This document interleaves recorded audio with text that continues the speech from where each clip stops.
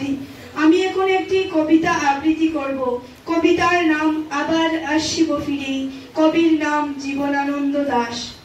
আবার আসিব ফিরে ধানসিঁড়িটির তীরে এই বাংলায়, হয়তো মানুষ নয়, হয়তো বা সংকোচিল শালিকের বেশে, হয়তো বুড়ির কাক হয়ে এই কার্তিকের নবাতলে থুকায় থুকায় জোনাক জলে, ফুলের গন্ধে ঘুম আসে না, একলা জেগে রয়। মা গো আমার ফুলের কাছে কাজলা দিদি কই। সেদিন হতে কেন মা আর দিদিরে না ডাকো, দিদি কোথায় আছো?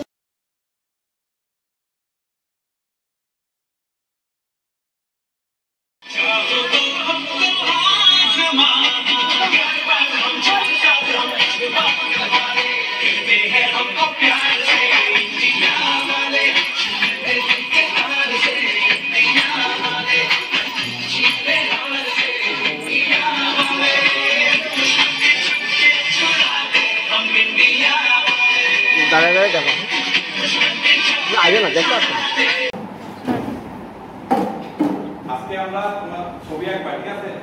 আমরা কি কি ছবি আঁকবো? ধরো একটা ঘর আঁকবো, ঠিক আছে? স্টার্ট। কেমন ঘর?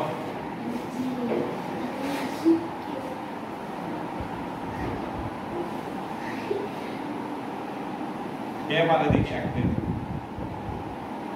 দেখছো?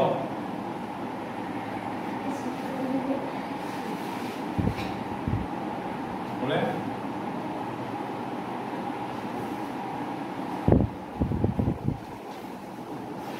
সুন্দর করতে চাও তাহলে টানটাতে এইভাবে আমরা দেখাই নিলাম, ঠিক আছে?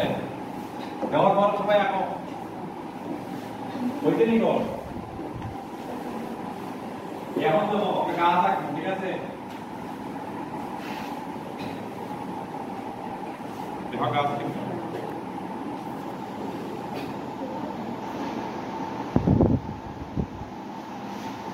গাছ হয়ে গেল নি? বুঝছে? গাছ আঁকা খুব সোজা। প্রথমে একটা বি দিয়ে টান দিলে ভি বানাইলে, ঠিক আছে? এবার গাছ হয়ে গেছে। এখন ধরো আমরা পাট দেখাইবো, ঠিক আছে? মানে এর উপরে কি দেখবো? বিকেলের জঙ্গল কিছু দেখা নেই বাড়ি করে।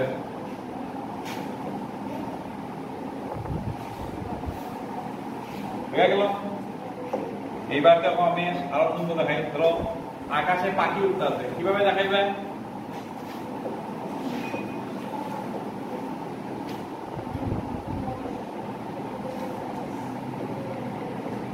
বুঝলেনি? আকাশে পাখি উঠতে আছে। এইবার আমরা আর কি দিতে পারি? ইচ্ছা করলে আমরা নদী দেখাইতে পারি, দূরে একটা নৌকা দেখাইতে পারি।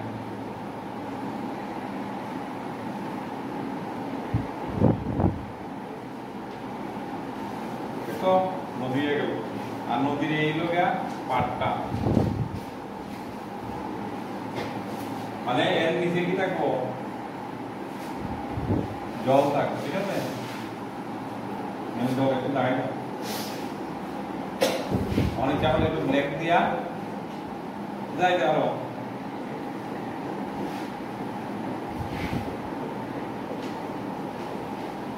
হয়ে গেল। নৌকা ইচ্ছা করলে আমরা দরজা দেখাইতে পারি।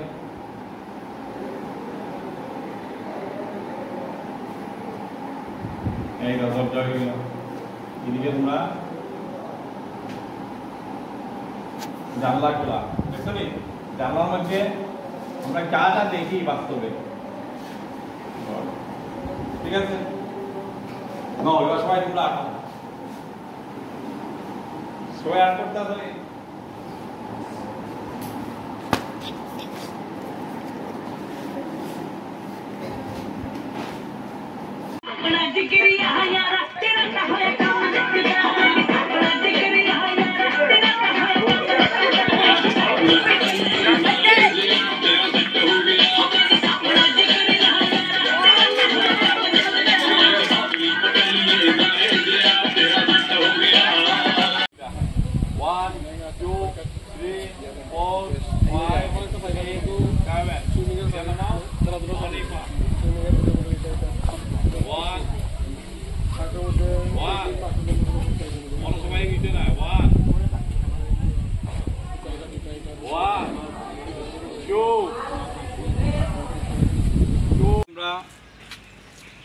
মিশন লাইফ, যেটা তোমাদের গেঞ্জির মধ্যে সামনে আছে মিশন লাইফ।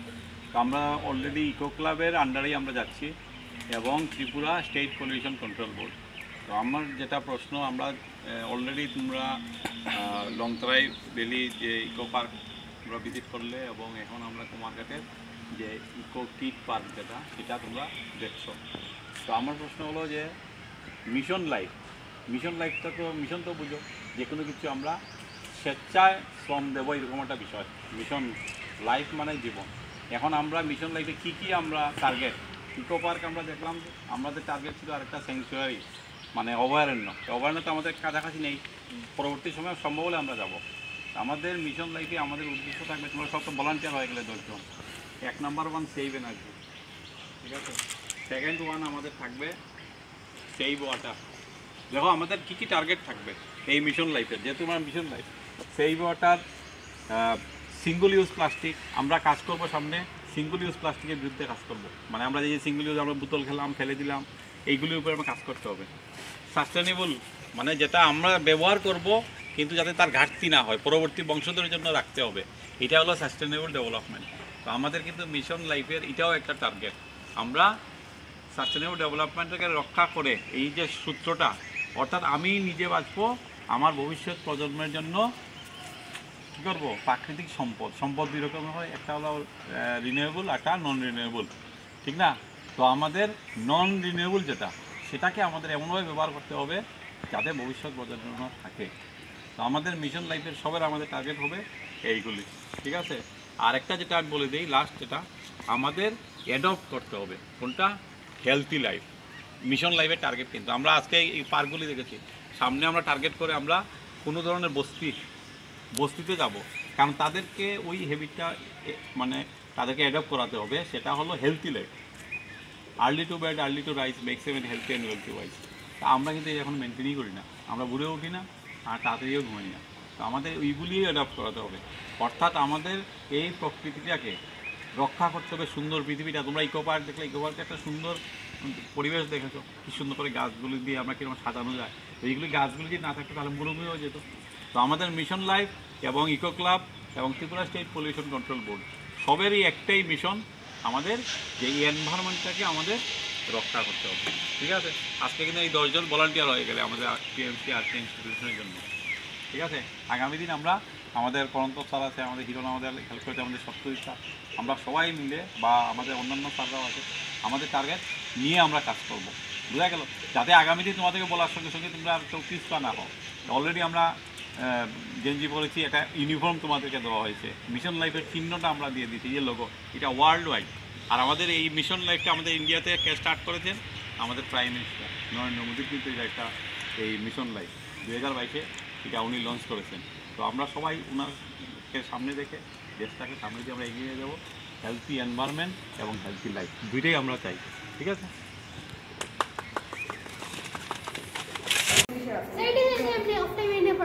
অফ টাইমে সবাই আমরা এখানে বইয়া এখানে বেঞ্চি দিব, বেঞ্চির মধ্যে সবাই বই পড়বায়, আবার হ্যাঁ ওপেন লাইব্রেরিতে আবার বইগুলি আমরা ওইখানে আবার রাখা দিব, ঠিক আছে। ঠিক আছে, অনেক বই পুরানো অনেক ভালো ভালো বই আছে, তোমরা যে কোনো সময় যখন অফ ক্লাসে বই নিয়ে দাঁড়াই এখানে পড়তে পারবা, বইয়ের সিস্টেম থাকবো, এখানে বেঞ্চি রেখা দিব। ওইটা কোনো দরকার নেই তো, টাইম মিস ইউজ না করিয়া নলেজ না।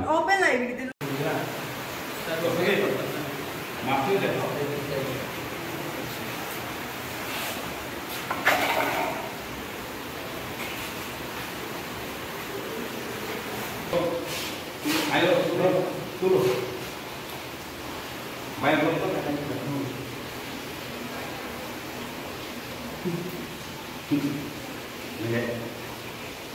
Ini lagi.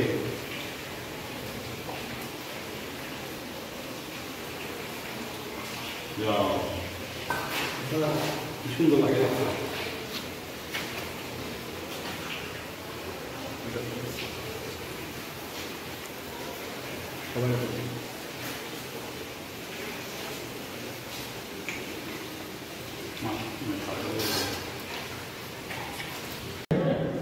So, today the topic is given right to education.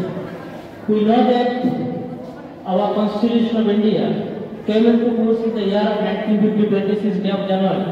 The Constitution provides for some fundamental rights in part Constitution from Article 12 to 35. One of the most important fundamental rights is right to education. At the time of commencement of our Indian Constitution, the right to education was only a guiding principle of state policy. As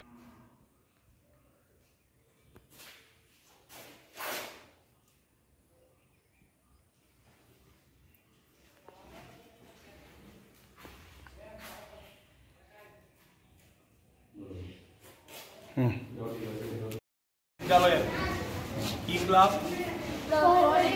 প্রহরী মানে পাহারাদার, যারা আমাদের স্কুলকে guard দেবে। এইবার এই প্রহরী ক্লাবেও কিন্তু আমরা স্টুডেন্ট রিপ্রেজেন্টেটিভ থাকি, ঠিক আছে?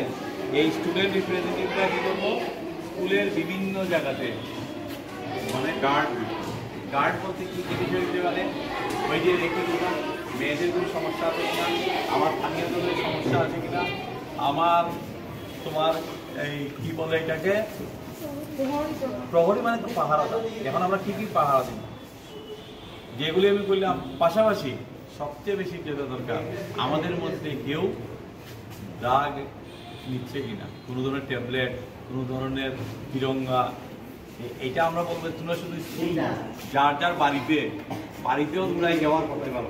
যে পান খাও ঠিক আছে, পানের সঙ্গে যেন আদার করে না থাকে। পান খাওয়াটা তো ভালো, পান খেলে এটা হজমের জন্য ভালো, কিন্তু পানের সঙ্গে যখনই আমরা জর্দা মিশাই তখন ভালো না। অর্থাৎ আমাকে বাড়িতে ওই জিনিসটা তোমার মেসেজ দিতে পারো। আমাদের স্কুলে যে তোমার সঙ্গে কোনো বন্ধু বান্ধবকে দেখো যে না এইভাবে অনেক সময় আছে না তিরঙ্গার প্যাকেট শখবশত প্রথম নিয়ে নেয়, তারপরে যে পারমানেন্ট, তাদেরকে আমরা বিরত করার জন্য আমাদের এই প্রহরী ক্লাব, ঠিক আছে? তারপরে আছে আমাদের সবচেয়ে ইম্পর্টেন্ট, এখন আমরা সবাই মোবাইল ব্যবহার করি, এই মোবাইলে আমাদের সাইবার ক্রাইম হয়। তোমরা শুনতে পারি যে একজনের ছবি আরেকজনের সঙ্গে মানে লাগিয়ে অনেক মানে ইচ্ছা করলে বিভিন্ন তোমাকে বাজে বানিয়ে দিতে পারে। তো তার জন্য আমাকে অ্যাওয়ার্ড থাকতে হবে। এই অ্যাওয়ার্ডের কাজটা কিন্তু গার্ড মানে প্রহরীদের কাজ। তোমরা ইচ্ছা করলে এখানে গার্ড দিতে পারো, সাইবার ক্রাইম। তারপরে আছে আরেকটা কি, যে আমি এই সোশিয়াল যে মিডিয়াগুলি আছে এগুলি ব্যবহার করতে হবে, ঠিক আছে? আরেকটা হলো কি সেলফ ডিফেন্স। তার জন্য সেলফ ডিফেন্সটা মানে কি, আমাদের প্রত্যেকটি স্কুলে কিন্তু আছে। তোমরা তো এখন এইটে অনেকে আসো, 9 স্কুলে তোমরা সেলফ ডিফেন্সের মানে একজন টিচার থাকবে যারা তোমাকে সেলফ ডিফেন্স শেখাবে। অনেক সময় কী হয়, এই প্রহরী ক্লাব ছোটোবেলার থেকেই সবাইকে ব্যবহার করতে হবে যে আমরা থেকে বড় হলে আমরা অবশ্যই সুযোগ পেলে আমরা সেলফ ডিফেন্স নেবো। সেলফ ডিফেন্স নিতেই হবে। ছেলে এবং মেয়েকে যদি আমরা ইকুইটি করতে হয়, ইকুইটি দেখাতে হয়, সমানতা দেখাতে হয়, তাহলে আমার কী করতে হবে, আমাকে এটা জানতে হবে। তখন একটা ছেলে একটা মেয়ের সঙ্গে কী থাকবে, ব্যবহারটা ভালো থাকবে, যে না যদি আমি উল্টাপাল্টা করি তাহলে সেও তার প্রোটেকশন দিতে পারে, ঠিক আছে? তার জন্য সেলফ ডিফেন্সটাও আমরা রাখবো। আরেকটা হলো কি safer school environment. Safer school environment, আমাদের স্কুলে যদি এমন কোনো কিছু মনে হয় যেটা ভয়ের কারণ হতে পারে, যেমন ইলেকট্রিক, এমনকি হতে পারে ইলেকট্রিকের তার একটা খোলা আছে, সেটা তো আনসেফ হতে পারে, তোমরা এসে বলতে পারো। কিংবা কোনো দিকে দেখলে যে নাটে ওয়াটারটা ভেঙে গেছে, জল বেরিয়ে যাচ্ছে, মিড ডে মিলের জায়গাটাতে আমার কোনো প্রবলেম আছে, এই প্রহরী ক্লাব কিন্তু সব কিছু দেখবে বিদ্যালয়ে। বোঝা গেল?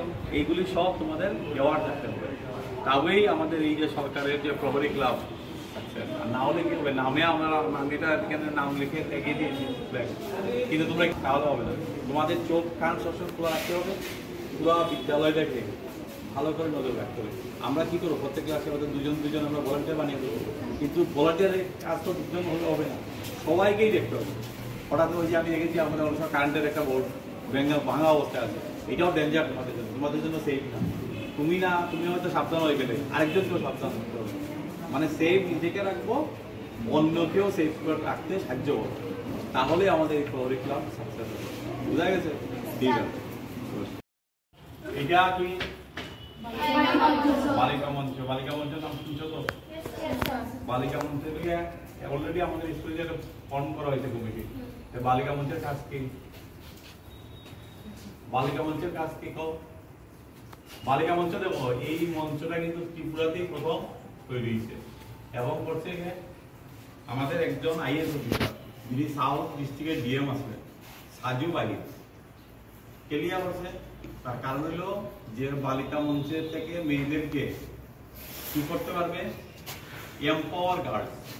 অনেক সময় মেয়েরা কি পাবে যে না সবকিছু মেয়েদের না, মেয়েরা এই কাজ পারবে না, উঠতে পারবে না, মানে তাদের মধ্যে একটা আইডিয়া দেওয়া। এই যে আমরা মঞ্চ করেছি, বিভিন্ন ক্লাস থেকে নেওয়া হয়েছে তোমাদের মেয়েদেরকে নিয়ে, এটা ক্লাবের মতো একটা মঞ্চ বানানো হয়েছে।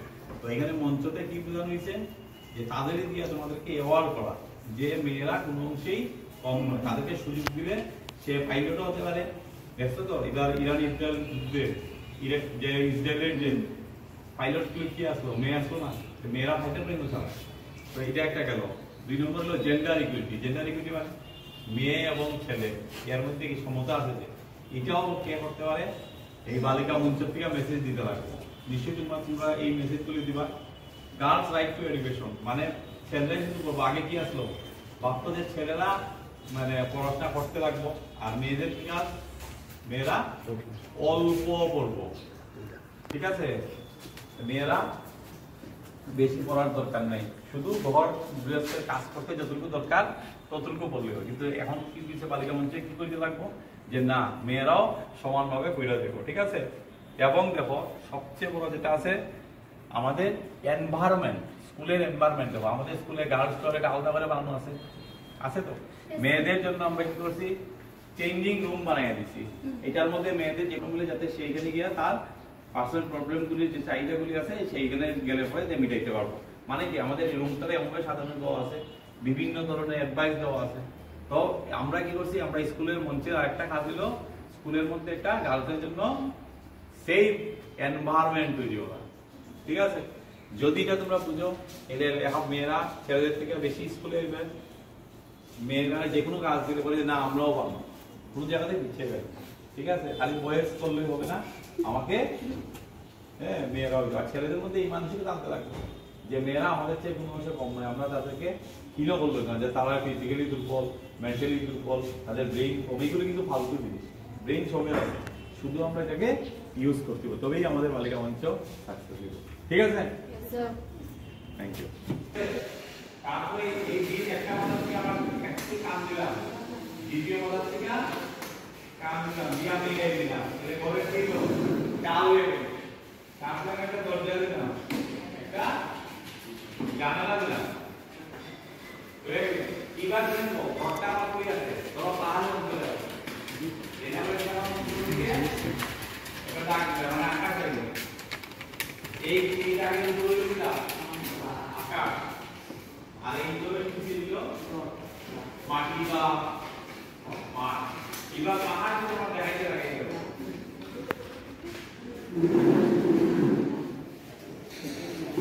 বুঝলি বা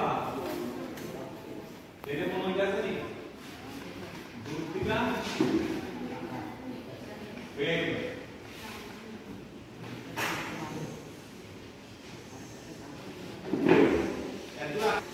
বলের পিছনে কিন্তু পাহাড় থাকবো, বলের কিন্তু পাহাড় হয়ে গেছে। ফটাফট বলের পিছনে পাহাড় হয়ে গেল। এবার আমি এখানে একটা গাছ দেবো, এই গাছটা যেহেতু সামনে দেবো, এই পাহাড়টা একটু দেখে এই তো উপরে আবার দিয়ে রেখা,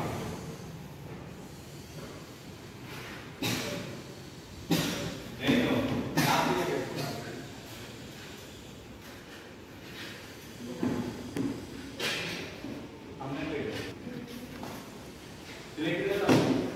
এই যে গাছ হয়ে গেল, গাছ দিন সবাই।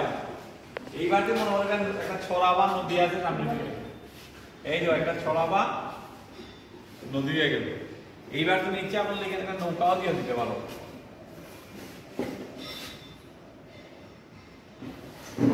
জলের মধ্যে কি থাকে, নৌকা। এই হয়ে গেল মাঝি, দেখছো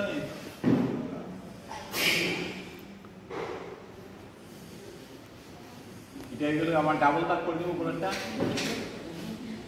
ডাবল দাগ করলে কি দেখবো এটা হয়ে যাব পাত। দেখো ফটাফট এইবার যে তোমরা রং যে থাকে নীল দিবা উপর দিকে, নীল মানে আকাশি রং গাড়িতে নীল, এই জায়গাটা নীল দিয়া দেব। তাহলে কি হয়ে যাব, এটা হয়ে যাব যারা নীল রং আছে নীল রং দিয়ে দিবা। সবুজ রং কই দিব, দেখো আমি দুইটা রং দেখাইতে বলে এটি হয়ে যাব গাছের পাতা। দূরে পাহাড়ের নিচে আবার কি থাকবো, জঙ্গল থাকবে। এইভাবে আমরা একটা সুন্দর ছবি দেখো একটা ঘর হয়ে গেল, গাছ হয়ে গেল, নদী হয়ে গেল, লগে আমরা নৌকাও হয়ে গেল। বুঝছে? ঠিক আছে, এখন সময় আমরা ধীরে ধীরে কালার করতে লাগবো। ঠিক আছে।